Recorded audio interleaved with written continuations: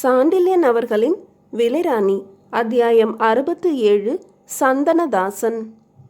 காலையில் பிச்சைக்கார உடையில் வந்த கிழவி இரவில் அரச உடையில் நவரத்ன மாலை ஒன்றையும் அணிந்து வந்தபோது பெரும் பிரமிப்பை வீரகுப்தன் அடைந்தான் என்றால் அவள் பேச்சும் செய்கையும் அவன் பிரமிப்பை பன்மடங்கு அதிகப்படுத்தவே செய்தன. காலையில் இருந்த கூன் இல்லை, தளர் நடை இல்லை, முகத்திலும் அதிக சுருக்கங்கள் இல்லை. தலை மட்டும் சிறிது நரைத்திருந்தது. அந்த நரையும் அவள் முகத்துக்கு கம்பீரத்தையே அளித்தது.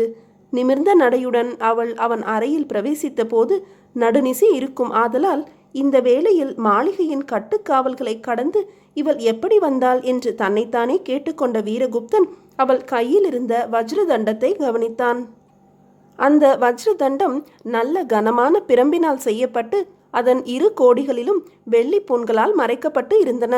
தலைப்பகுதி வெள்ளியில் ஒரே ஒரு கோமேகத கல் மட்டும் பதிக்கப்பட்டிருந்தபடியால் அரை விளக்கில் அதன் மங்கலான உடலும் பெரும் சுடர்விட்டு பிரகாசித்தது. அந்த சுடரில் பற்பல வர்ண ஜாலங்களும் விரிந்தன. அதை வீரகுப்தன் உற்று பார்ப்பதை கண்ட கிழவி அவனுக்கு அதை பற்றி விளக்கவும் செய்தாள். இது என் மந்திர பிரம்பு.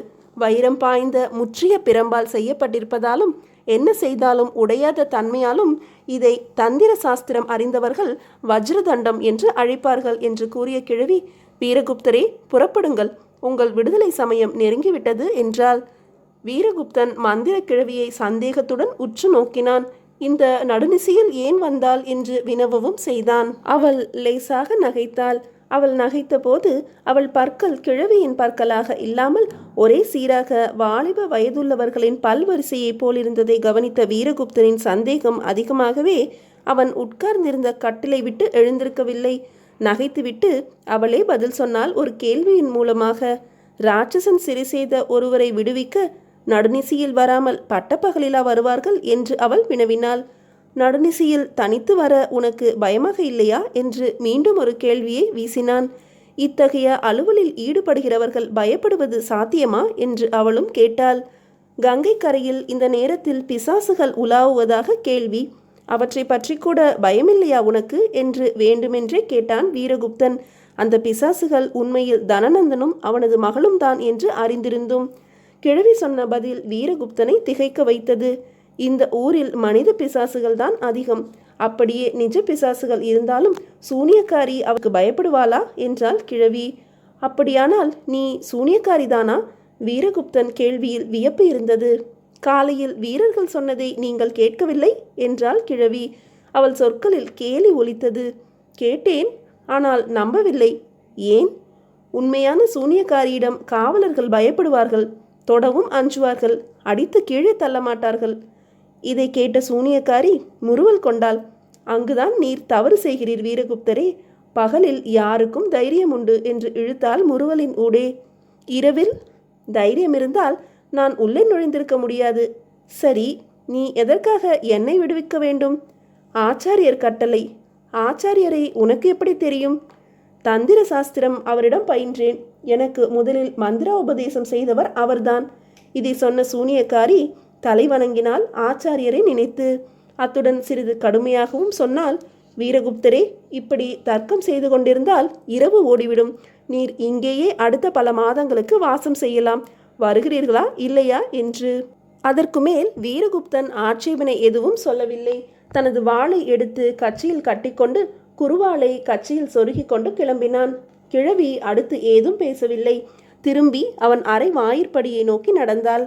வாயிற்படியை தாண்டியதும் வீரகுப்தன் காலில் ஒரு சடலம் தட்டுப்படவே அதை குனிந்து நோக்கினான்.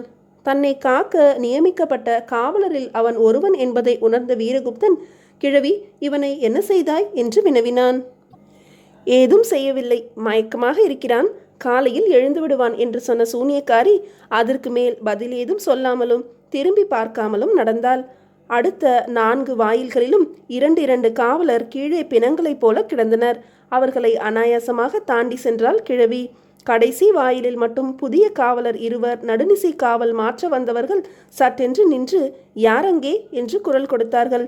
கிழவி நான் தான் என்று அதிகார தோரணையில் கூறிவிட்டு அவர்கள் இருவரையும் நெருங்கி கையிலிருந்த வஜ்ரதண்டத்தை அவர்கள் முகங்களை நோக்கி நீட்டி பிடித்து மரகத கல்லை அழுத்தினாள். மரகதக்கல் அழுத்தப்பட்டதும் வஜ்ரதண்டத்தின் வெள்ளி பூணின் மேல்பாகம் திறந்து உஸ் என்ற ஓசை உண்டாயிற்று.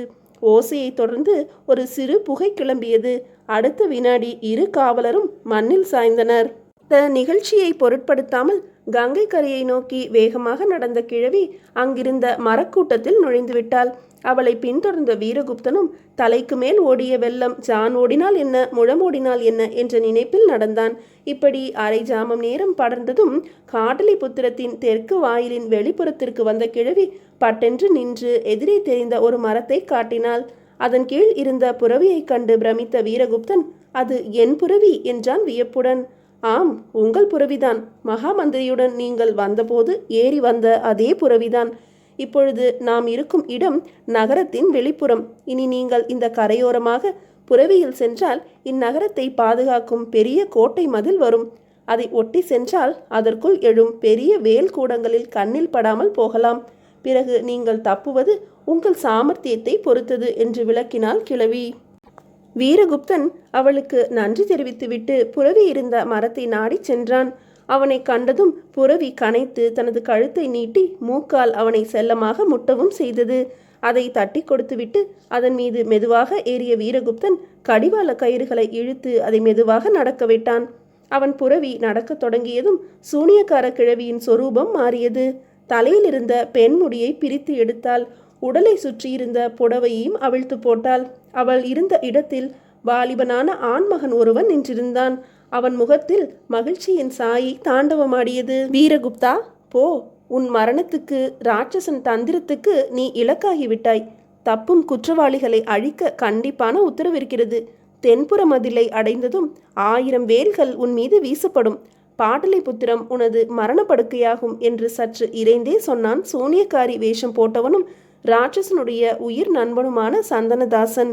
தன்னை எதிர்நோக்கிய ஆபத்தை உணராவிட்டாலும் சிறிது சந்தேகத்துடனேயே புறவியை நிதானமாக நடக்கவிட்ட வீரகுப்தன், இந்த விடுதலை சுலபமாக கிடைத்திருக்கிறது. அப்படி கண்டவர்கள் விடுதலை அளிக்கக்கூடிய வகையில் சிறை காவலை வைத்திருக்க மகாமந்திரி பைத்தியக்காரர் அல்ல. இதில் ஏதோ சூது இருக்கிறது. தவிர என்னை விடுவித்தது கிழவியும் அல்ல. என்னை பார்த்த கண்கள் வாலிபனின் கண்களைப் போல இருந்தனவே என்று தன்னைத்தானே கேட்டுக்கொண்டான். பிறகு தனது ஆடையில் ஒரு பகுதியை கிழித்து அதை பக்கத்தில் இருந்த மரத்தில் தனது வாளால் குத்தி சொருகினான். கீழே அந்த மரத்தின் பட்டையில் ஏதோ வாளால் பொறித்தான். பிறகு புறவியை தட்டிவிட்டான் வேகமாக. அடுத்த சில நிமிடங்களில் வீரகுப்தன் புறவி பெரும் வேகத்துடன் தென்கோட்டை சுவர் ஓரம் பறந்தது.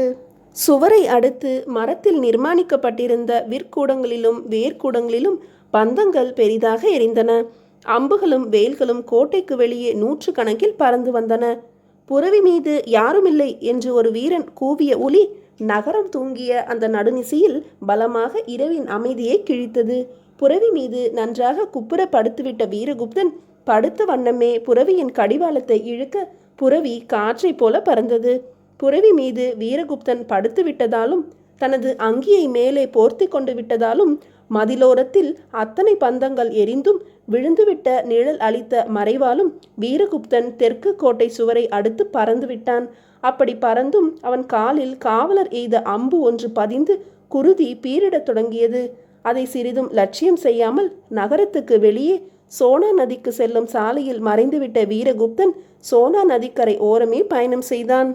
விடுவதற்கு முன்பாகவே பாட்டலிபுத்திரத்தின் எல்லையை தாண்டிவிட்ட வீரகுப்தன் சோனா நதிக்கரையில் இறங்கி தனது காலில் இருந்த அம்பை பிடுங்கி காயத்தை கழுவினான். அங்கியின் ஒரு பகுதியை கிழித்து கட்டு போட்டு கொண்டு குருதியையும் நிறுத்தினான். பிறகு சோனா நதியின் குளிர் நீரை இரு கைகளாலும் வாரி பருகிவிட்டு மீண்டும் புறவி மீது ஏறி பயணத்தை துவங்கினான்.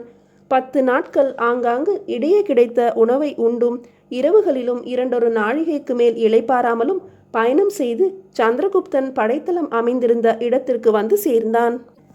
அங்கிருந்த பெரும் கூடாரம் ஒன்றின் மீது ஆடிய கொடியை பார்த்து சக்கரவர்த்தி இருக்கும் கூடாரம் அதுவாகத்தான் இருக்கும் என்று அதை நோக்கி புறவியை நடக்கவிட்டு அதன் வாயிலில் குதித்து உள்ளே புகுந்தான்.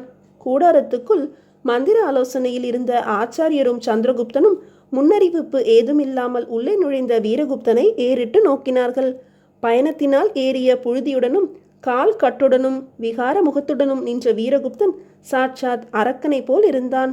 அந்த சமயத்தில் தலை துவண்டு விழப்போன வீரகுப்தனை ஆச்சாரியர் சந்திரகுப்தன் இருவருமே பாய்ந்து தாங்கி பிடித்தனர். பிறகு என்னவாயிற்று என்பதை அடுத்த அத்தியாயத்தில் காணலாம்.